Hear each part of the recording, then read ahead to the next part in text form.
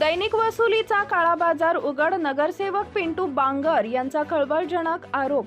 पावती न देता वसुली केल्याचा आरोप. कंत्राट रद्द झाल्यानंतर आता नगरपरिषद कर्मचाऱ्यांकडूनच लूट.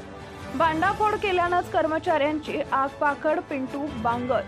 थोडक्यात माहिती अशी आहे की यवतमाळ नगर परिषदेच्या बाजार विभागाकडून सुरू असलेल्या दैनिक वसुलीचा काळा बाजार उघडकीस आलाय. नगरसेवक पिंटू बांगर यांनी दिलेल्या माहितीनुसार वसुली कंत्राट रद्द झाल्यानंतर आता नगर परिषदेचे कर्मचारी व्यापाऱ्यांना पावती न देता पैसे वसूल करतायत. होळीच्या दिवशी स्टेट बँक चौक परिसरात हा प्रकार उघडकीस आल्यानंतर बांगर यांनी जाब विचारला असता संबंधित अधिकाऱ्यांनी नगरसेविकांशी उद्धट वर्तन केल्याचाही आरोप करण्यात आलाय. बेकायदेशीर वसुलीचा भांडाफोड केल्यामुळेच कर्मचारी आता संपाची भाषा करून आगपाखड करत आहेत असं स्पष्टीकरण बांगर यांनी दिलं असून दोषी कर्मचाऱ्यांवर तातडीनं कारवाई करण्याची मागणी केली आहे. आधी कंत्राटदार आणि आता कर्मचारी लूट करत असल्यामुळे व्यापाऱ्यांमध्ये संताप व्यक्त होतोय. बांगर, नगरसेवक, प्रभाग क्रमांक 4. माझ्या प्रभागात गेल्या अनेक दिवसापासून नगर परिषद बाजार विभागाच्या माध्यमातून वसुली केली जात आहे आणि त्या ठिकाणी पावती न देता त्या ठिकाणी वसुली केली जात आहे. लोकांकडून पैसे घेतले जात आहे आणि पावती देत नाही आहे.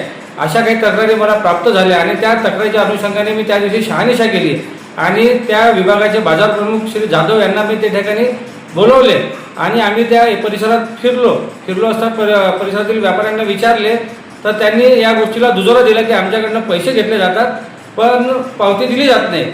तर त्यावेळेस मी तेथील कर्मचाऱ्याला कारवाई करण्यास सांगितले आणि याचा धाक हा संपूर्ण कर्मचाऱ्यावर बसेल याचा मागचा माझा तो उद्देश होता. यावर कुठलीच कारवाई जाधव यांनी केली नाही आणि त्याचा जाब विचारण्यासाठी मी आज नगर परिषदमध्ये गेलो असता त्या ठिकाणी माझ्या सहकारी नगरसेविका सपनाताई लंगोटे या होत्या आणि ते त्यांच्या प्रभागातील प्रश्न त्या ठिकाणी मांडत होत्या आणि ते मांडत असताना त्यांच्याशी जाधव अरेरावाच्या भाषेत त्या ठिकाणी त्यांच्याशी वागत होता, बोलत होता आणि एका महिलाचा होणारा अपमान हा त्या ठिकाणी मला पाहायला गेला नाही आणि म्हणून मी त्या जाधव यांच्यावर मी चिडलो. त्यांना बोललो की बा तुम्ही महिला नगरसेवक आहे, त्या लोकप्रतिनिधी आहे आणि त्यांनी लोकांचे प्रश्न या ठिकाणी आणले आहे तर तुम्ही ते सोडवले पाहिजे. आणि माझ्या प्रभागातील जो काळा बाजार झाला त्याचं काय? या बाजार विभागातून यवतमाळ शहरात खूप मोठा काळा बाजार या जाधव यांच्या माध्यमातून होत आहे असा माझा आरोप आहे आणि त्यांच्यावर कारवाई झाली पाहिजे.